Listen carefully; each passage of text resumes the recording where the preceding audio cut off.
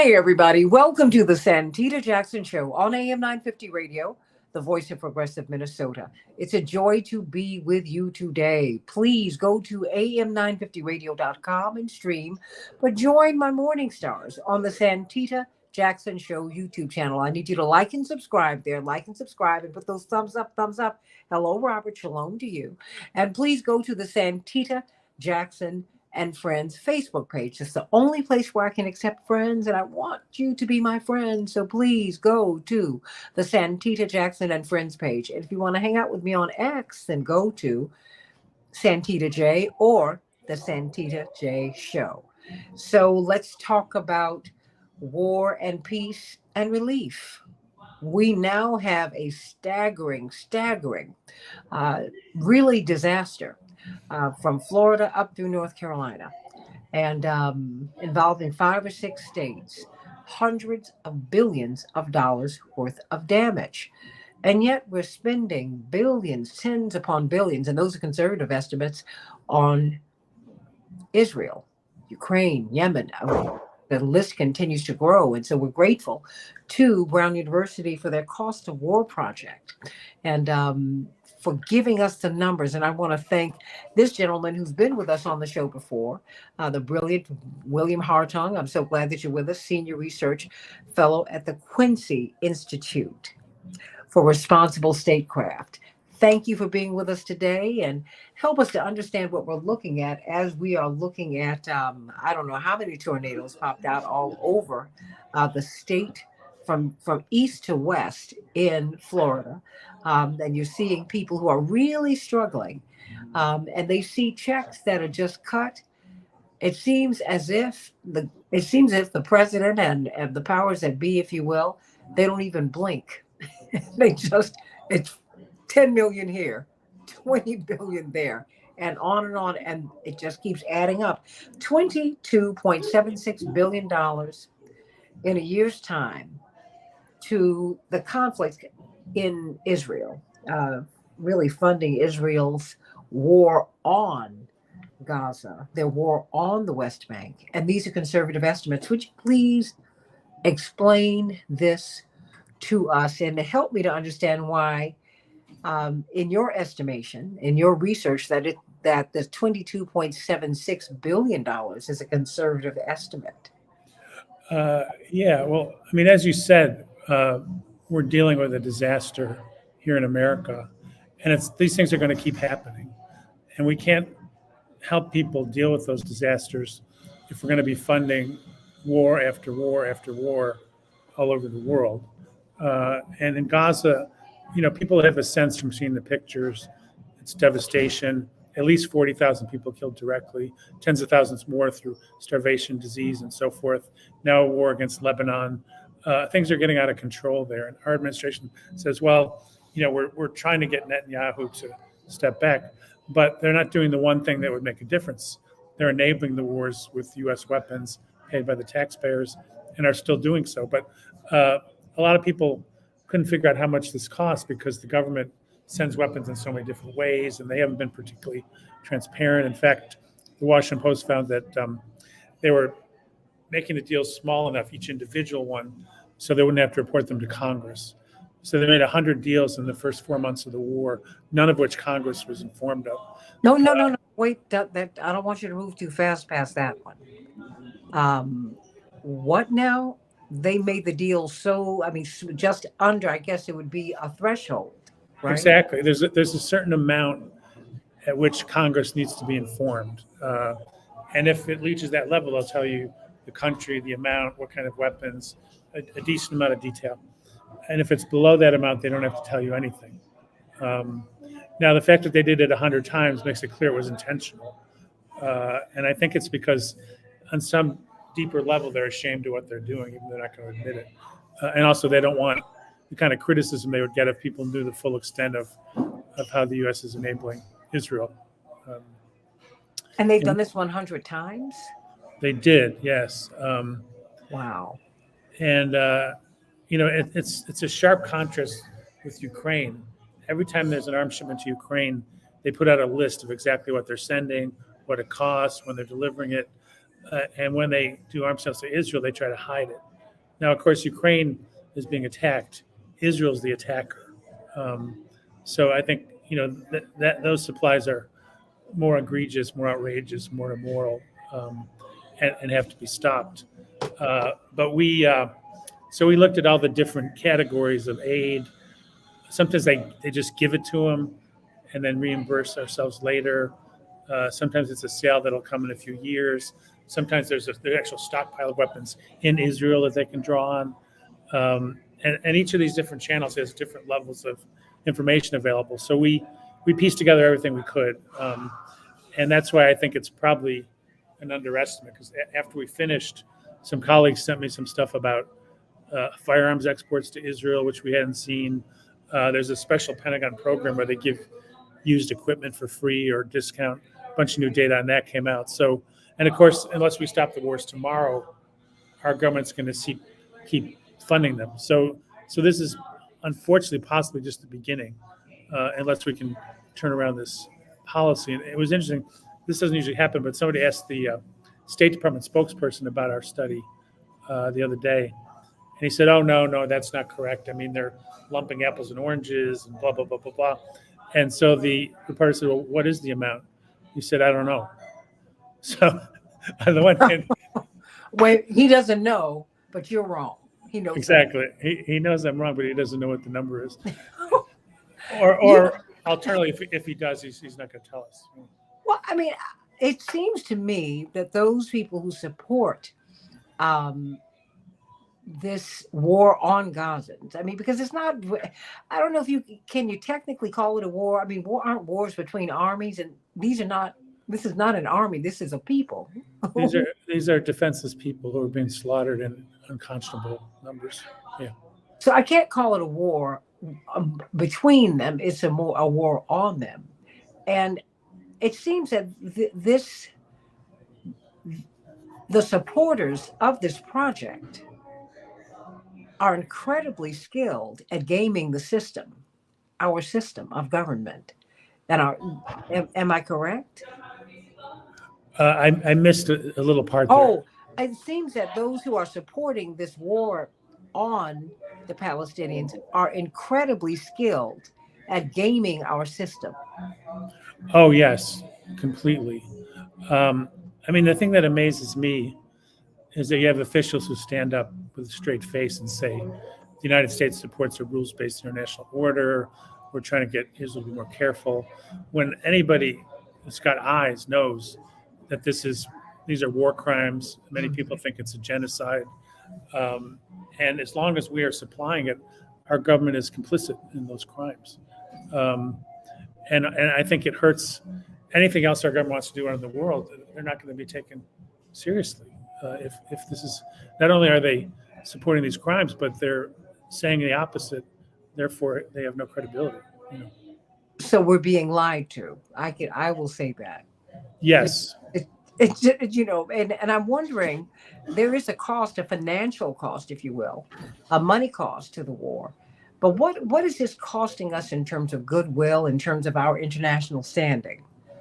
Well, I think most of the countries in the world are opposed to this war. And of course, South Africa has brought it to the Court of Justice. Some European allies are sort of grudgingly on board. But it's really the countries that are financing this war are in the minority on a global scale. But they've sort of gotten away with this kind of thing because they have disproportionate power in the things that matter, the international financial institutions, veto at the United Nations, and so forth. But even that's starting to change. And I think, it's Netanyahu is a criminal. He's also trying to keep himself out of jail.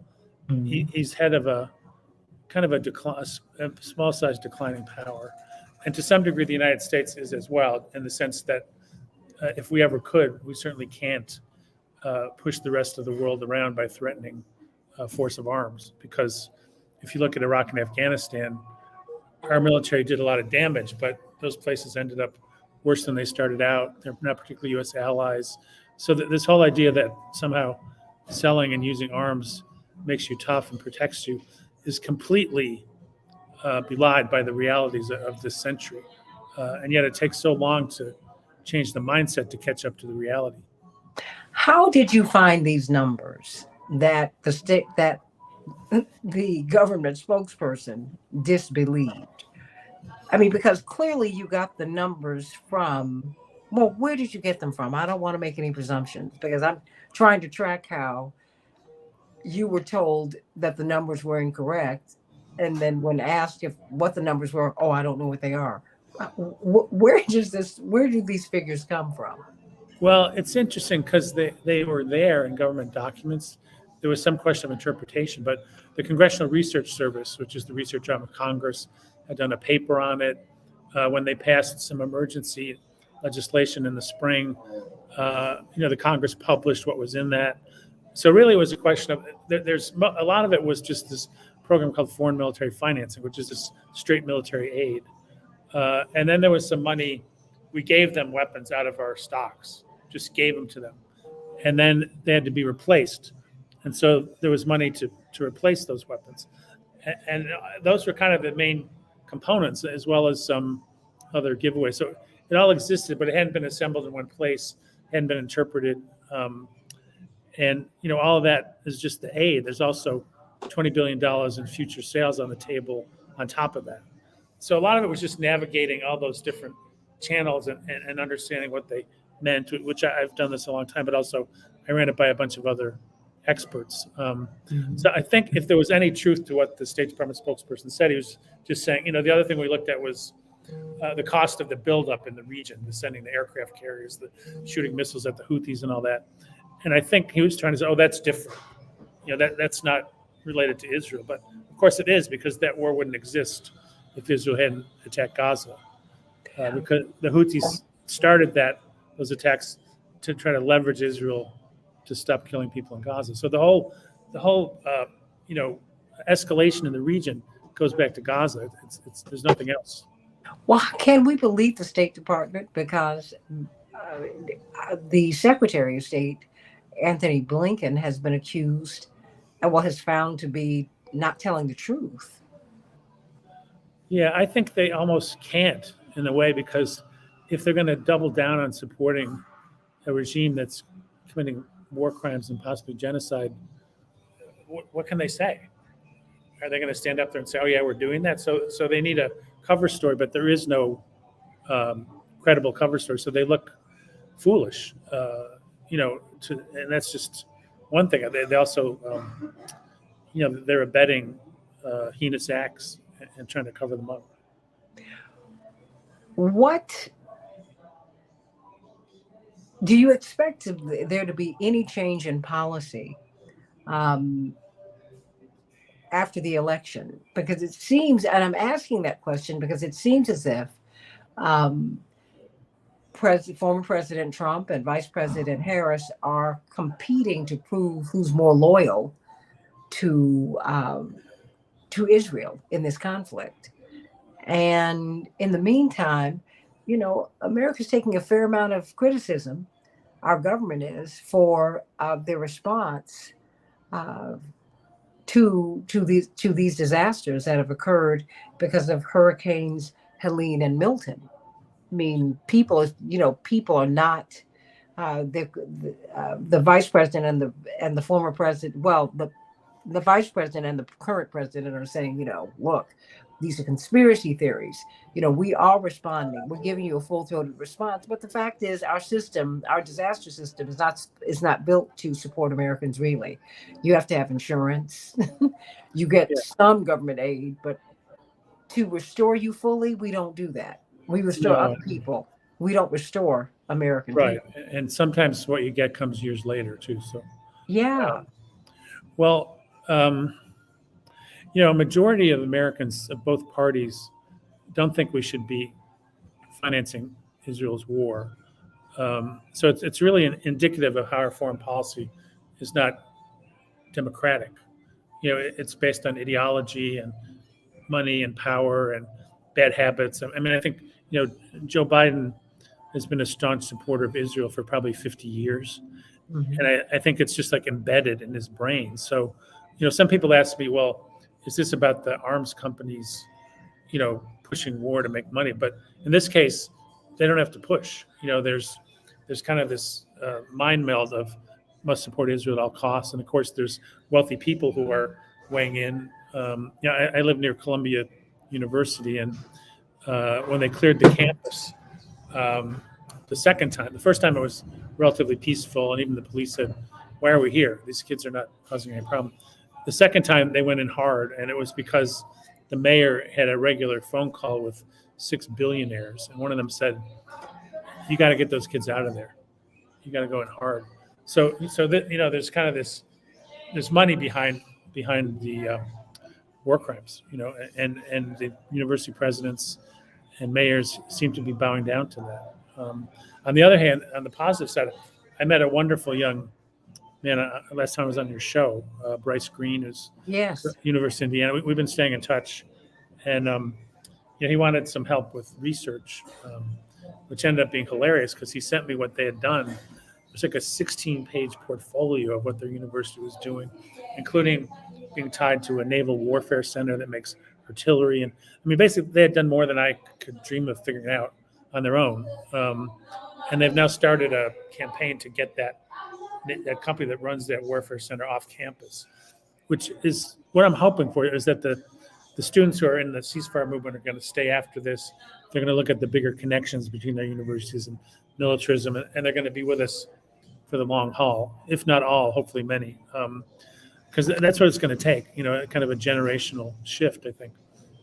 Well, and as you well know, Bryce Green, Indiana University was trying to put him out of school. And there's still, you do know that. Yes. Yeah. I understand he got a decent lawyer, and maybe it's going to work out. He also said that he was targeted because he's black. I mean, the police, Absolutely. it was like there's a guy, let's get him. He wasn't doing anything particularly threatening, or essentially they're arresting people for exercising their free speech at this point. But what does that do to our country, William Hartung? I mean, senior research fellow for the Quincy Institute for Responsible Statecraft. Responsible statecraft. This, to me, violates our Bill of Rights. It violates our constitutional rights. It tears at America for this to be happening. I mean, our students are being targeted on our campuses.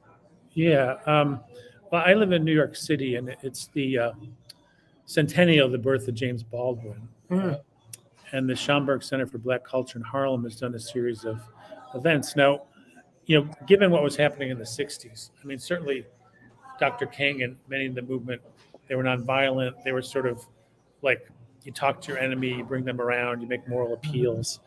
And one thing I noticed, I grew up in a conservative suburb of Buffalo, but one thing that drew me when I was reading Baldwin's writings was he basically said, if you're the oppressor, if you're, benefiting from a system of oppression and you're not fighting back, you're never going to be fully human.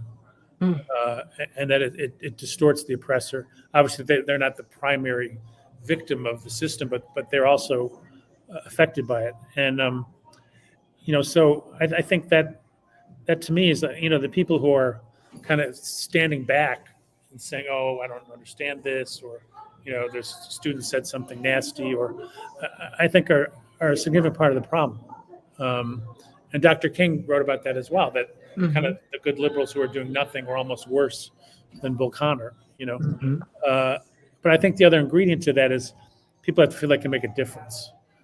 It's like, well, I'm not going to take a risk if we're going to lose anyway. So people need to be inspired by the fact that we've won victories before, and we can do it again. And frankly, regardless of what the odds are, we have to fight. What about this? But it seems that the narrative has changed really completely since October 7th, 2023. It seems that, and it seems that Israel's been caught unprepared or ill-prepared for that. Well, certainly, let's just unprepared for pushback from the American public, for there to have been a turn in the American public, as you well know, mentioning the Palestinians. Just in my own experience, you couldn't mention the Palestinians, the P word. You, of course, were both old enough to remember the no talk policy. with the Palestinians, and everything has changed. Do you think that as Americans see these numbers, 22.76 billion, which is a conservative figure, as they're needing funds in North Carolina, in Georgia, in South Carolina, in Florida? I mean, we can just keep on going. I mean, and Americans who are living from payday to Monday, they don't have any money, Mr. Hartung. Yeah, I think it'll attract more attention. Unfortunately, human rights violations alone don't seem to move the needle. Mm, But I met a conservative guy once. I wrote something for the New York Times about how our taxpayers were subsidizing arms sales to dictators, and the guy said to me, "Well, I knew they were dictators, but I know we were paying for it." And then suddenly he was outraged.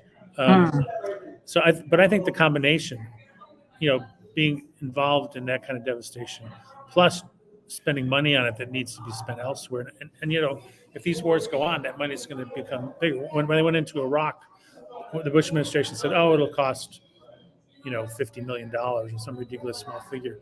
Ended up costing $2 trillion, mm. um, and we were not going to get that money back. So, I think we have to stop this train. I mean, the Pentagon budget is moving towards $1 trillion a year, which Mhm. is an unconscionable and unfathomable sum. So if we're doing that, and we're going to supply every war that comes on the horizon, then as climate change increases and as these disasters happen, how are we going to address them? How are we going to deal with them? And is Congress going to hold up the money for disasters while they're giving a green light to the weapons to fuel wars? Well, the enlistees are not getting the money. Who's getting the money? The money for the aid, I mean, Yes, I mean, most of it comes right back to U.S. contractors. Uh, mm. you give Israel the money, they buy bombs from Boeing or General Dynamics, or so it's only foreign aid in the sense that it travels through Israel back to U.S. companies. What would you recommend in this election cycle that why should Americans be concerned about it? And is there anything that Americans can do? What should we be asking of the candidates of all the parties, particularly the two major parties, which are kind of tracked into going into the White House anyway? Well, I think just kind of blunt questions where you point out the devastation to human beings and ask why are we paying for this is a start. I mean, a lot of people don't feel equipped to say what should be the future of Israel Palestine, but I think anybody could see that there's people being slaughtered now and that has to stop. Um, Mhm. so I think we have to name and shame. And of course, election is just one step in the process. To me, the election sets the terrain for the next round of battles. And so people who say, well, there's no difference, I think need to look a little closer. Well, Because there's what one, about the candidate? What about the major candidates? I mean, do you see an appreciable difference between the two with respect to well, the policy? no, I think the problem is one candidate whose name I hate to use wants to dismantle democracy, attack progressives. I think that's the main difference, is that Mhm. it'll make us harder to fight on almost anything. But in terms of foreign policy, unfortunately, especially with respect to Israel, there doesn't seem to be a lot of daylight between the two. Hmm. Is there anything you think we could do to bend their policies? I mean, Well, what do you think would move the needle on where the Democrats and Republicans stand? Because there is no daylight between them with respect to this policy. They yeah, fund this. I think they'd have to feel that their careers were at stake, that it would cost them money, or that they would get thrown out of office, or that they would be so unpopular that they couldn't sort of pretend to be, distinguished leaders. So that's really about ratcheting up the public pressure, because there's a lot of people who are against this, but a smaller number of people taking action. Um, and there was a wonderful panel at this James Baldwin event of public intellectuals who have taken stands, have taken flack for it. And, we talked about how different people can afford to take different levels of risk. Some Mhm. people can't afford to lose their jobs over this. Somebody like me, I'm in a privileged position. Basically, when I say something like this, they call me names, like, but they're not taking my job away. I'm not getting death threats. Things could change, but, person of color, Palestinian says that, they're going to be hit very much harder. So it's like, within all that, what risks can people afford to take? Are they going to be in the background, the foreground?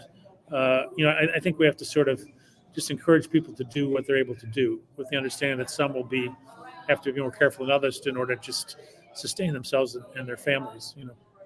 Well, before you go, why do you think it is that the Black and the Palestinian and the other students of color who have been supportive of Palestinian rights while also being supportive of of Israeli security. They've been very careful to say that they have not been hateful. Why do you think that people of color, Black and Palestinian kids and brown kids, are taking the hit here?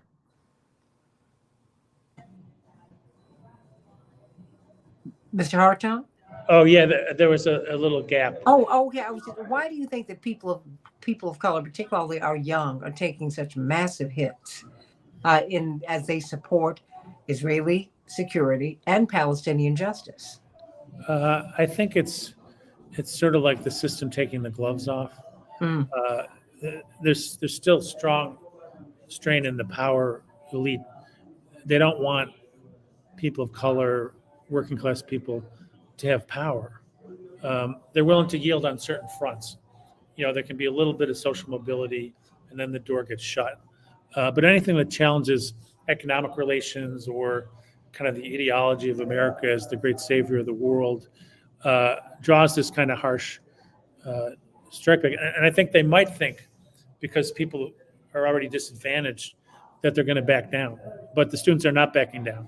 I was talking to them about something about when we did divestment in South Africa when I was in school. We didn't face anything like this. no. Suspension, arrest.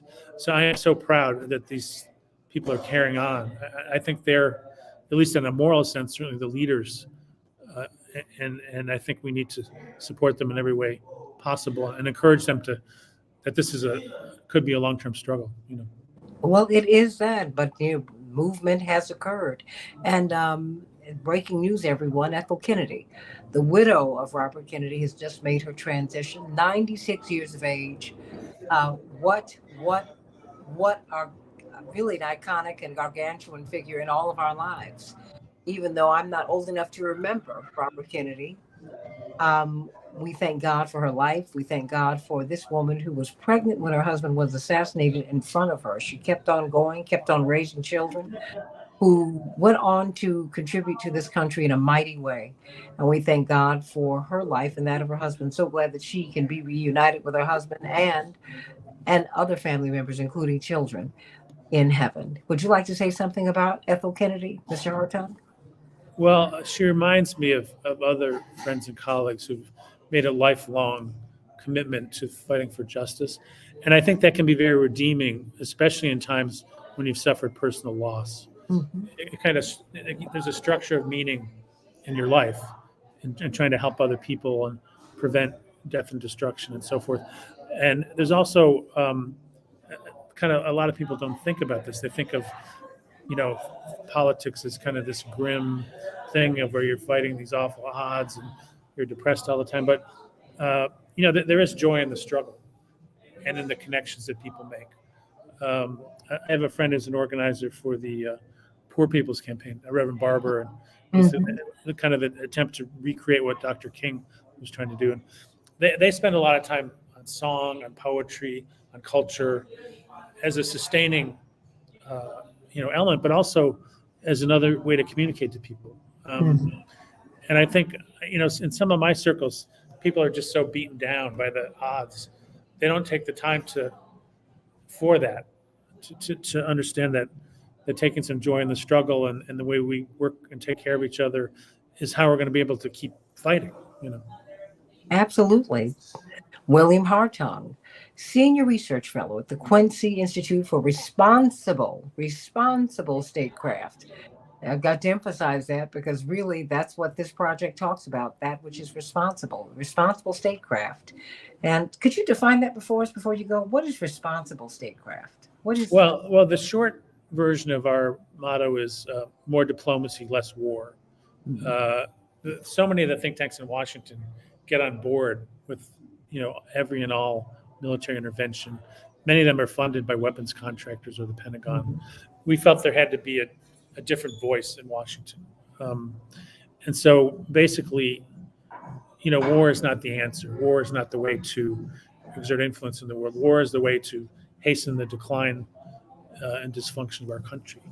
Um, and we have to put a stop to that. William Hartung, everybody. Please, the cost of war, the cost of war. Conservative estimates put this conflict in the Middle East, this war on the Palestinians from Israel that we're paying for, $22.76 billion. And that's conservative estimate. Much of the money that we cannot count has been hidden.